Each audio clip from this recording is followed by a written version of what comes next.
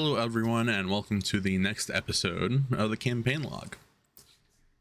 Last we left off, they had finished up in Rustyard. One of the players has spent 8 days retraining all his class levels using a wish they paid for from a high level wizard to speed it up to 1 day per level, and went off to Purgatory for a couple of days to train with a psychopomp. Now, the rest of the players did not have pre-set up plans for what they're going to do with their downtime, so the first bit of the session was just figuring that out. The Scald decided to use Perform to make money for 8 days. Bought a Type 4 bag of holding because they were overweight. They got some new equipment, not much different from what they had. They got a Lion Shield and Celestial Armor, which are just basically slightly upgraded versions of what they already had.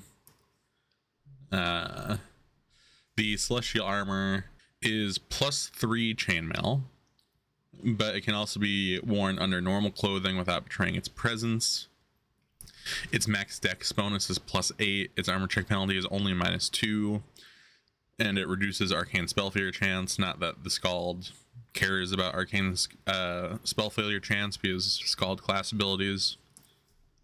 And it's considered light armor and can once per day use the fly spell on command. The Lion Shield has the front is shaped like a lion's head that's roaring. 3 times per day, free action, the lion's head can be commanded to attack with a bite attack. They also put impact on their Morning Star for increased damage with that. And now they're pretty much out of money until they did the Perform. The War Priest, well, he's no longer a War Priest. He's now a mix of 500 different classes. But Vax's new cohort they got is a psychopomp of the no soy variety, so it's like a raven. 1 level wizard, 6 levels alchemist, and he got the vestigial arm alchemist discovery twice for a set of arms, so that way he can actually use hands and opposable thumbs for that. He has gone down the potion brewing, harvesting monster parts route, master alchemist, and homebrew feat of craft transformative, so he's going to be crafting the group's transformatives from here on out, most likely. Because not only does he have is crafting magic items 50% the cost of buying them on the market, it's also he has traits that give an additional 10% off crafting magic items. He took the exemplar trait for magical traits, so he can take multiple magical traits with the additional traits feat, because exemplar traits take up 2 trait slots. And the harvest parts lets him, I don't quite remember the maximum, but it lets him basically just harvest the things needed to make magic items off of enemies. So it's not a percentage decrease, so it doesn't go against my home rule of only an additional 10% off on top of the normal half crafting cost, because it reduces a specific number of gold pieces of cost rather than a percentage. So it's only super useful on low cost stuff. His wizard archetype is the exploiter wizard, which gives him an arcane reservoir and arcanist exploits from the arcanist class, and he took the one that lets him his arcanist exploit lets him select an extra item creation feat. The reservoir, basically the only thing you can do with it, because he's only got the 1 level and only 1 exploit, is just bump caster level up by 1. He seems to not use all his skill ranks, but he's maxed out craft alchemy, which is the main thing he uses Now, they did do one more thing before session. Apparently, I had forgotten they had not yet turned in Lady Winifred and the wizard to the church. They had not gotten the reward for that. So we kind of had to argue of like, well, what's the wizard actually guilty of? Because you guys kind of confused him before he was able to attack you. So you're not witness to him committing any crimes. No one else is, because he was kind of just in the background for a lot of it. And eventually it came down to, I think it was like aiding and abetting or something. Basically, he was acquainted to and present for a lot of the crimes committed by Lady Winifred, but he didn't actually participate. But he didn't report it or do anything about it. So the church is going to do something to him, but it's most likely just going to be trying to forcefully shift his alignment towards good, or at least to neutral. But on to the actual session. The Vax player basically told them, the other players, about the genie lamp at the end of a dungeon that he wants a genie wish for. Eventually, at some point, it came up like, yeah, templates were the reason that the genie lamp came up. But yeah, this place has been raided every once in a while for thousands of years. This place has a lot of fun in it, and a lot of treasure. I mean, just look at that treasure room. I even took a screenshot of it and sent it to the guy in his downtime channel, just to try to get him to get him more hooked on it. Now, none of the players so far somehow have not recognized that it's just a straight up mimic of the Tomb Horrors, but with the worst 10% of it removed and reworked. But yeah, so far they did find the fake entrance that was completely open, but they kind of found it last because I put their tokens down here and they went left first, and Vax player was like, yeah, I'm just gonna take my polearm and rub it up against the face of the hill and see if there are any false walls that break down. And he said that he was starting from the very left side of the map, so he found this one, perfectly flat dirt wall on this one, only the one secret door involved. He found it. He figured out that there was a trap. He disabled the trap, and then realized, oh, the doors are fake anyways. They don't open to anything. There's nothing behind them. They were just to trigger the trap. So they basically stepped back, triggered the trap from a distance on purpose, looked down, saw if there was an entrance in the pit. There wasn't, but they did find the +1 spike trap that was worth 4,000 gold pieces. Speaking of values, Lady Winifred, the reward for capturing her was 50,000 gold pieces. The reward for the wizard was only 7,000 because, again, he didn't really do much, but he was level 7, so 7,000 seems like a right amount. But after they were finished fooling around over in the left fake entrance, they found the middle one, which was the correct entrance. He used his trap finding to look for all the traps. I shifted them, or I went to the drawing tool tab and made them all visible. His perception also found the secret door to the maze and the invisible wall to the pillar of display. It's basically a marble pillar about 1,000 pounds that anything placed on top of it will float slightly above it, bob up and down very slowly, rotate a bit less slowly in a decorative kind of video gamey fashion. And on it was a +2 keen adamantine short sword with 2 emeralds in the crossguard. The emeralds were 5,000 gold pieces each, so they basically increased the cost of the thing by 10,000. I think the alchemist took that since he doesn't really have a good melee weapon, at least for now. Like, they're probably gonna sell it once they're out of here. They didn't mess around with the fog much. They were kind of looking for a way to get rid of the fog. It didn't. They ended up not doing it.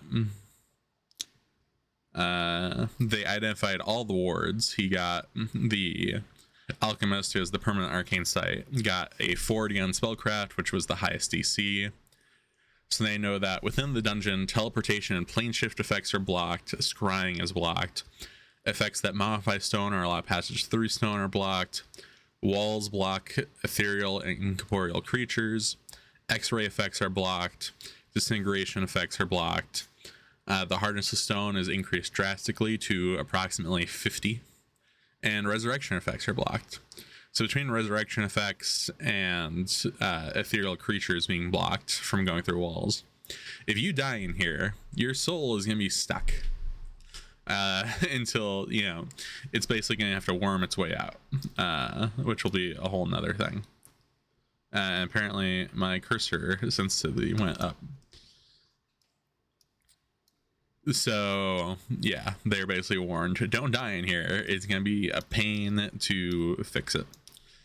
They also checked out the Green Devil Face, which has a 5-mile-per-hour cool wind blowing from it. It has a frictionless slide. They found, they basically went to the pit traps, and he found like a piece of bone from a previous adventurer who had died, cast a light cantrip on it, and threw it down the slide. It went around a corner, and the light stopped coming out after like 20 feet. And after a few minutes, it stopped making noise going down, hitting the metal walls of the slide. It's a frictionless slide. They didn't go down it, which is good, because if they had, they would have been spit out into a very empty portion of the plane of air. And most likely, unless it was one of the players that could fly and had some good endurance, they would have fallen into the void underneath the Astral Sea, and there would have been a whole fun solo adventure, probably in between sessions, for them to make their way out. Now, where were we? Right, the maze. There's a plaque at the entrance of the maze that basically made a pun about how dead ends will give them a shocking surprise. Have fun. As you can see, there are a lot of doors. The Alchemist had fast healing, so he was just the one who opened most of the doors and found, was it 1, 2? I think he got that 1, 2. Like he got like 4 or 5 one of them, and he got just as many going through here down here as well. The big nonsense section. For Monty Hall, he used augury, which isn't scrying, so it's allowed. Divination effects still work here. He used it for this door. It was whoa. He used it for this door. It was wheel. So good answer. So he picked this one.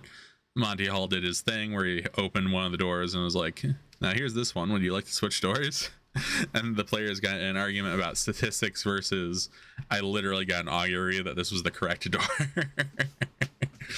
And that was fun. They then had to go through this gauntlet of he I don't know why he got the he kept picking the doors on the outside of the map. Like the wall texture is different. It should be fairly easy to tell. But they ended up in the elemental doors of Quanti Hall, because 4 doors, quant 4. One for each element. 4 of them went air, and I think the monk went fire.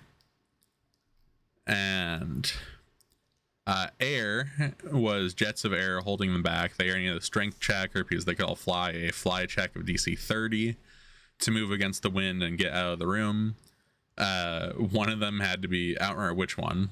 I think it was Jofin. They had to aid another the crap out of them, because surprisingly enough, they don't have that much strength. They have a decent strength. And their fly skill, which they were using the celestial armor fly spell, so they had a good one. So they got an additional +4. But so it was +6 fly.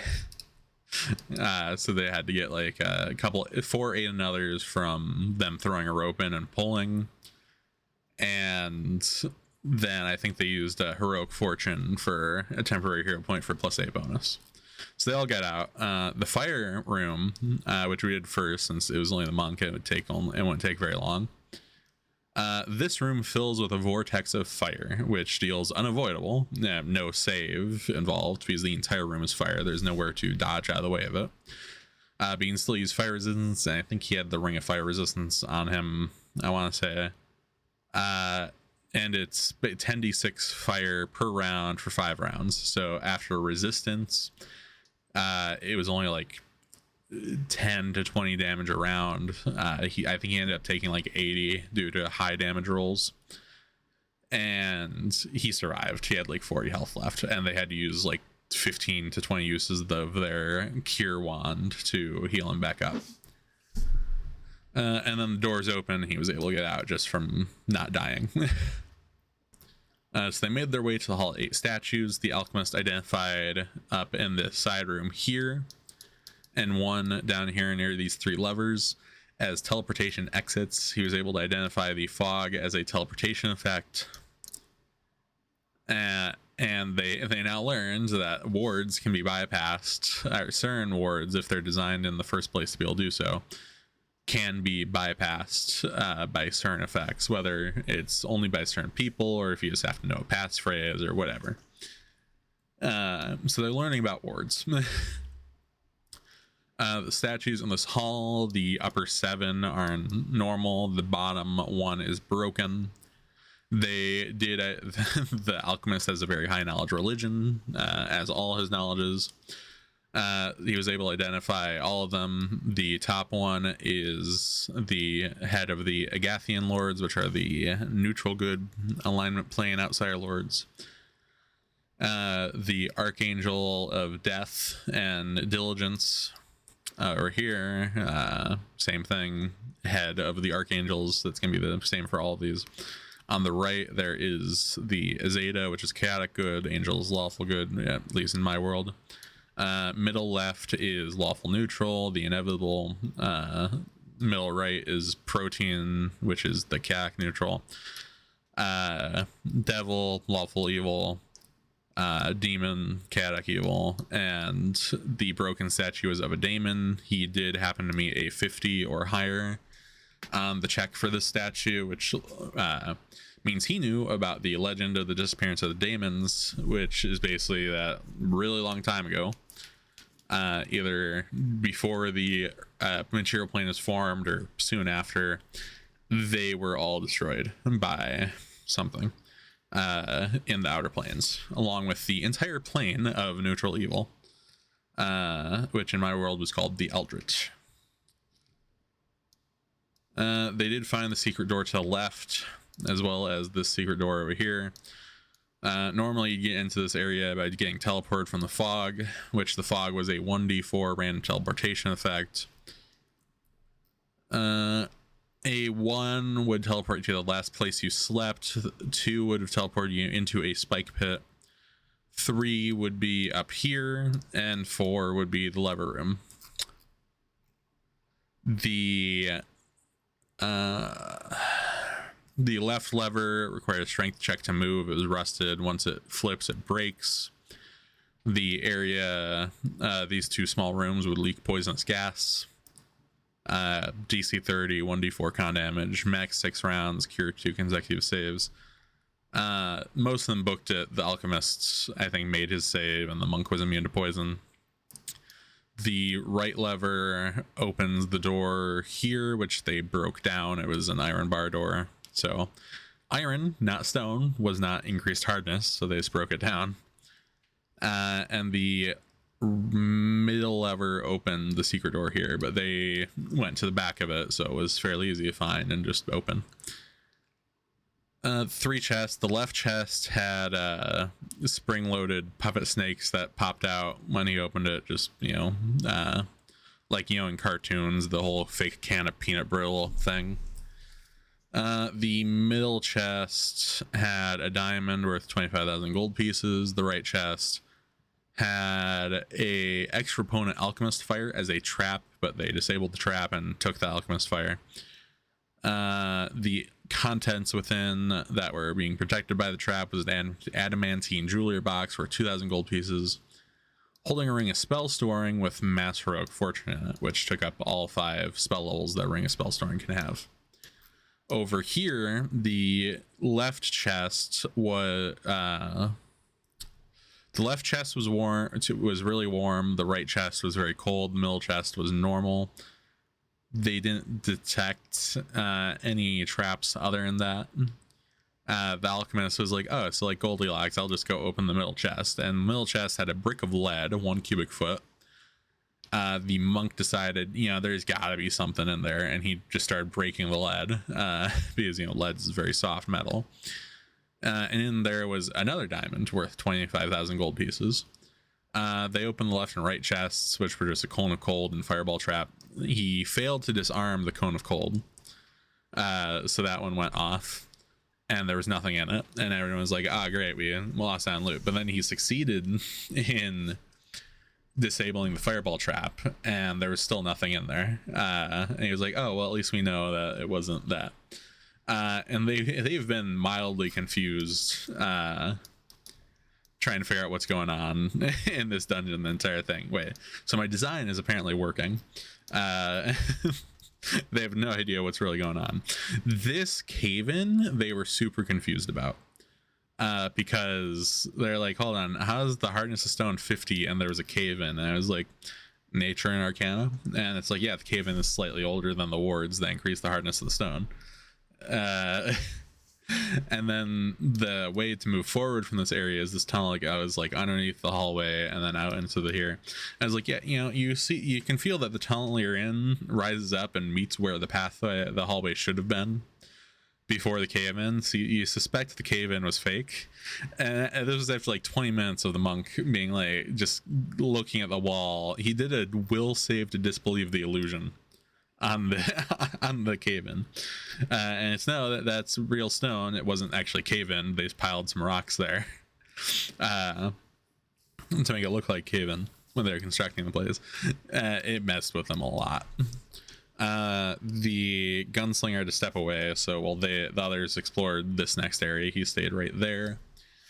In this next area, fairly similar to the original, it's church, 4 rows and 2 columns of pews. I put a cast iron fence in there because it seemed cool and was really the only effect I could put in there with the map making tool and my lack of experience with said tool. There is a stone, what's this thing called, altar, with a book made of stone. The pages are made of stone, all in it, with and the altar is connected to the floor, as in they just carved this altar and book out of the stone that when they carved the entire room. The book, now this entire church area is to the occult dragon, which is Vac's deity, and also the deity of the guy in this dungeon. So forbidden knowledge, a lot of it. So the book was a will save. If you failed, it would have been a good chunk of wisdom drain for insanity. If you succeeded, you got forbidden knowledge about some aspect of your character. I'll get to that in a minute. Another detail of the book is that it is written in wherever the racial language of the reader is. So humans had common, the dragonborn had draconic, so on and so forth. Psychopomp basically had 25% chance each. Infernal, celestial, the demon one, but abyssal or primordial. And he did have the cohort read it. They needed to boost his saves a lot for him to meet the DC 25. Vac, of course, got +5 circumstance bonus because he is a follower of the Cold Dragon. So the thing is, while I was working on the different abilities that they would gain depending on which part of the class they get, I kind of got distracted. And here's what I got distracted with, actually. Oh, that's not right. I want to say that OBS. Oh no, it's okay. It's using my full screen, so I can just do this, and it should show here. Yeah, I got distracted and was like, I should make a histomap of the languages in my world, and I kind of spent like an hour on this, and then went and did something else, and completely forgot to finish designing the abilities for them. Anyways, so some of them got them immediately. Some of them were told, yeah, you're gonna have to wait. The monk chose to gain forbidden knowledge on monk. His other options were his blood rager bloodline or human for his race. The monk ability was forbidden footwork, an EX ability. As a non-action, once per day per hit die, increase your fast movement class ability by 10 feet for 1 round. Each time you stack this in the same round, so basically the second time you use it in the round and every time after, not the first time you use it each round, you take 1d4 constitution penalty. If I remember correctly, penalty only lasts until you rest, and then all of it goes away. And then additionally, it cannot kill you. It cannot reduce you below 1 in any ability score. So it's not that big of a deal, but it can be annoying because it does decrease his hit points. If your con is already at 1, you cannot stack it. You cannot use the ability to stack it because you are incapable of taking more constitution penalty. For Vac, he had a lot of options: fighter, cleric, and the envoy balance, the mortal usher, or dragonborn. He chose mortal usher because of course he did. Forbidden sense, supernatural ability.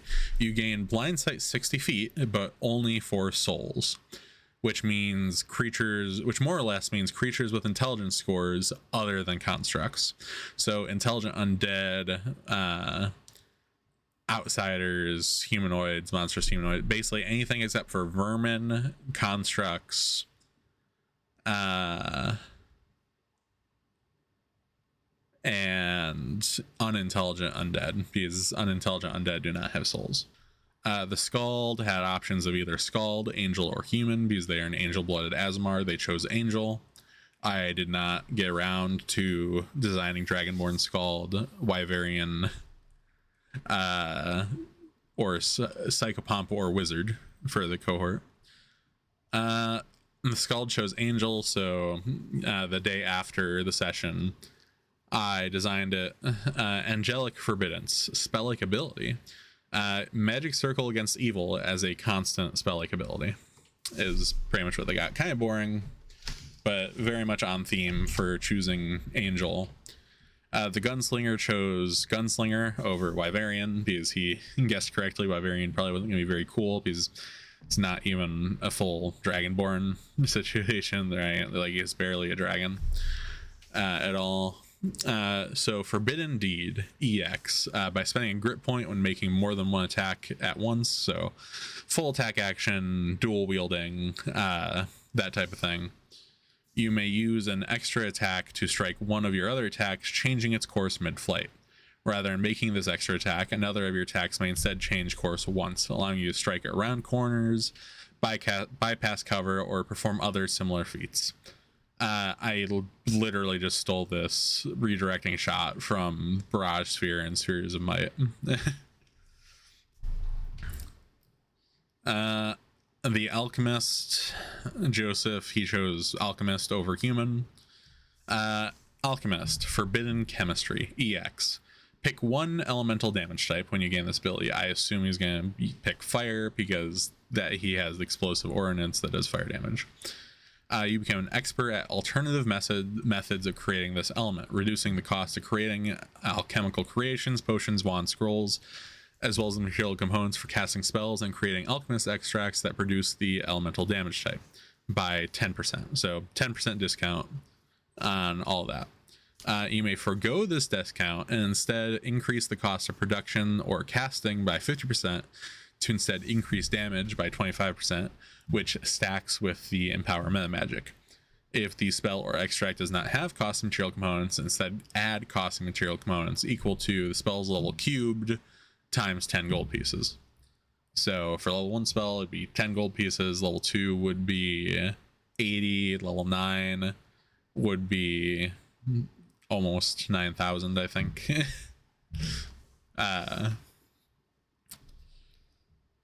Let's see. And then the cohort, the Raven Psychopomp, picked Alchemist over Psychopomp or Wizard. So Forbidden Creature Infusion, since he's specializing in harvesting monsters. When making a magic or alchemical item out of creature parts, you may increase crafting time by a day after all other crafting speed changes. and double the amount of creature used, which means he's only getting half the discount of harvesting feat, or he's using twice as much resources out of the harvesting feat.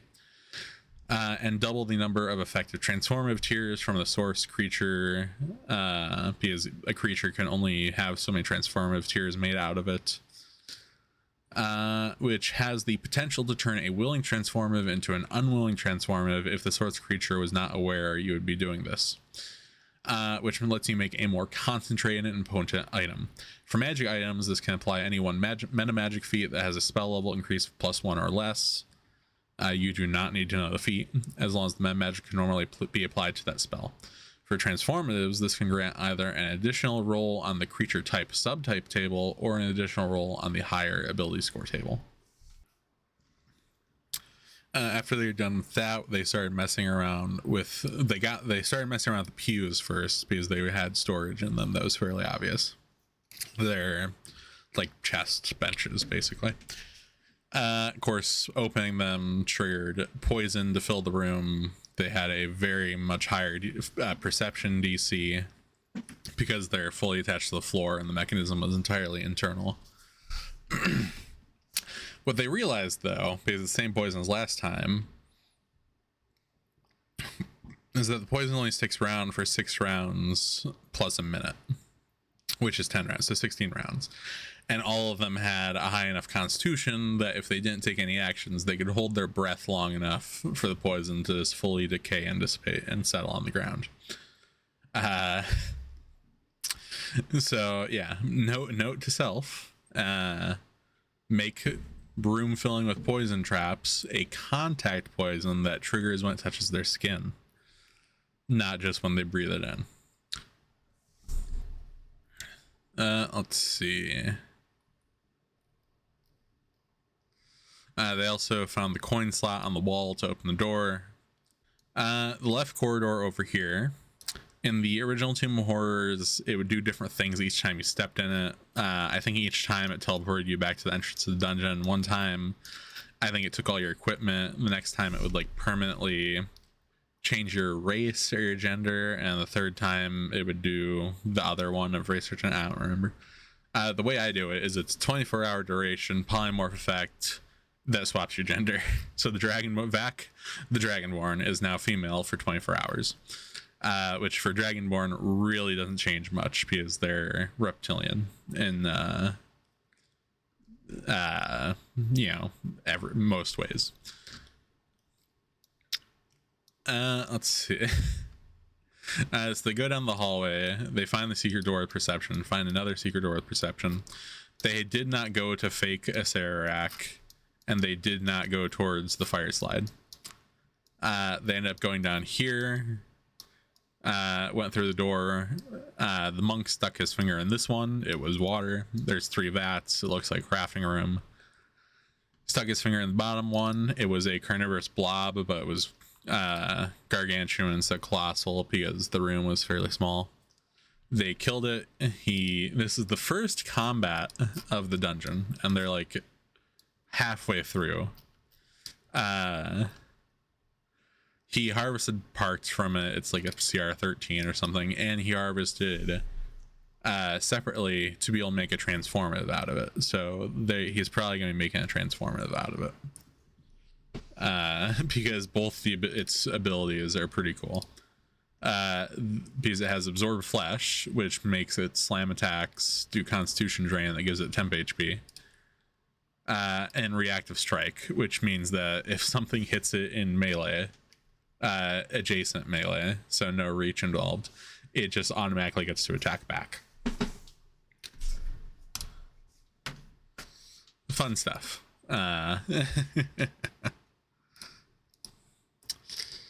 Let's see. So yeah, I believe the monk poked that one from afar. And they thought the other one was also going to be a carnivorous blob. No, it's a vat of acid. He took like 2d6 acid damage. And this is where we left off, because it was like 6 minutes after the session was supposed to end, and I had not prepped the rest of the dungeon, other than I did prep this room back here, which is advanced version of one guard speaks only the truth, one guard speaks only lies. Except that's not the way forward. It's just more loot. So they've already gotten quite a bit of loot. And they're going to get a lot more at the end of the dungeon, but they're going to have to fight a Serac for that. And that's going to be very, very difficult. Because he is going to be a level 24 Wizard Lich. Maybe I'll even make him just alt. Give him sorcerer levels as well. Or cleric or oracle, since he does worship a god. The occult dragon. Yeah, maybe an oracle wizard. Something like that. Or I could make him a few levels of wizard, a few levels of cleric, give him a really high int and whiz, and then go mystic theurge with him, monoclass all of it, instead of just alt.